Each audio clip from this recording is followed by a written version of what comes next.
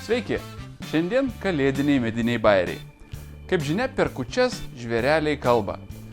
Per praeitas kūčias aš buvau išėjęs į lauką ir klausiau, kągi tie žvėreliai kalba. Ir žinokit, pagrindinis dalykas, tai girdėjau, kaip kalbėjosi gegutė su žvirbliu už tvoros, kad nėra ko ėst žiemą, nes yra sniego, viskas užsnigta, niekas nedaro, nieko neišmeta, visi taupo, visi perdirba, atliekas, dar kažką daro.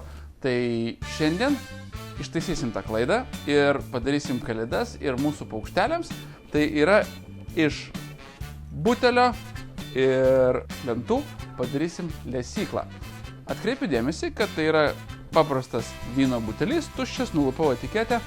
Taip pat lentos yra iš atliekų, kaimynas tvėrė tvorą, kažkiek liko atraižų, paprašiau atiduoti, tai atidavė. Vietoj to, kad sukuriant pečiui, pamatysim, kas iš to išeis. Šį projektą darysime be brėžinio. Visus matavimus darysim.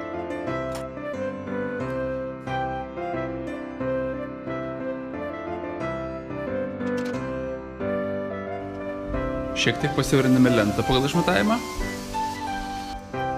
Ir atpjaunam pirmą detalę. Dabar išgręžiame skylę butelio kakliukui. Gręšime didelę skylę, jų pačiam buteliui laikyti. Paprasčiausiu elektriniu siauropjūkliu. Dabar užsivinėjam švitrinio popieriaus ant medžio gabaliuko ir prašlifuojam pjūvio vietą, kad būtų lygu. Na ir dabar atpjaunam antrą detalę. Pasimatuojam, puikiai telpa. Dabar pakeičiam frezos peilį. Pasiruošiam frezavimo stalą. Ir šiek tiek apdailinsim kraščiuką. Na va, butelis taip geriau laikysis.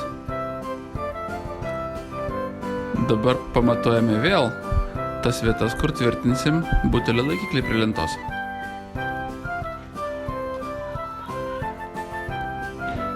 Dar kartą pamatuojam, pasižymim vietą, kur pjausim stogelį. Na ir prisukam lentynos dugną.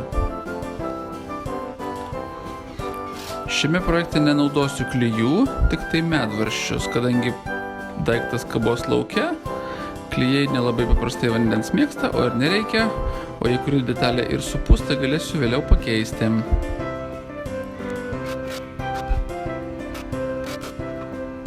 Kaip minėjau, kadangi dirbam be brėžinio, tai viskas iš akies, neišvengsi klaidų.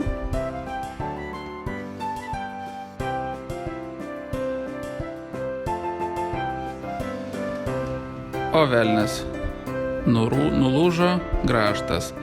Laimiai turiu daug atsargoj. Pakeičiam grąžtelį ir sėkmingai dirbam toliau. Na va, jau kontūrai ryškėja.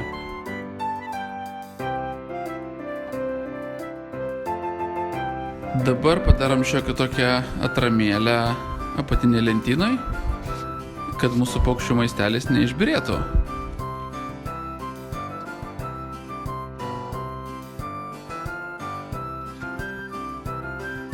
Vėlgi viską darom iš tos pačios, iš kaimyno gautos lentos.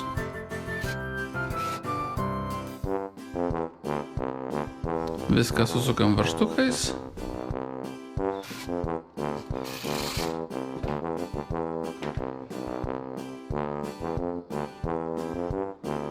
Pamaniau, kad galima sužapvalinti lentynėlių kampus, tai bus gražiau.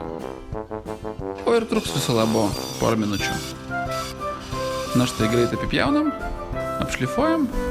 Viską tą patį puikiai galima padaryti rankiniais įrankiais ir švitriniu popierium pritvirtintų prie medžio gabaliuko. Vėl prisukam. Pažiūrim, kaip atrodo.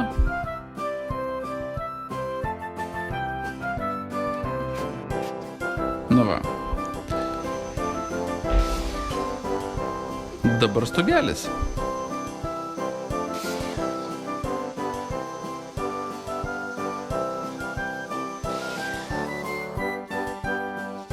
Vėlgi šiek tiek apšlifuojam, pamatuojam, viskas puikiai tinka.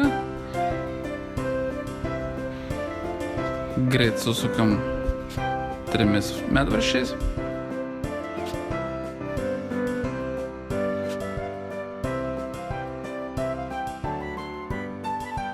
Taip, mūsų butelis netelpa, todėl darysime stogelį ant lankstuko.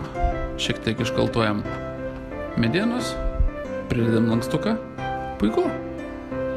Na štai mūsų butelis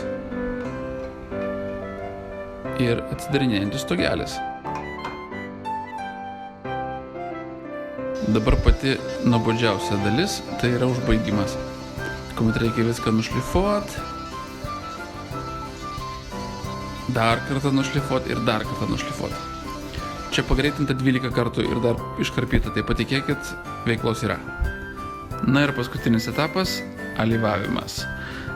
Tam naudosime lauko darbam tinkačią medžio alyvą, kuri puikiai apsaugos mūsų lesyklą nuo vėjo, lietaus ir sniego.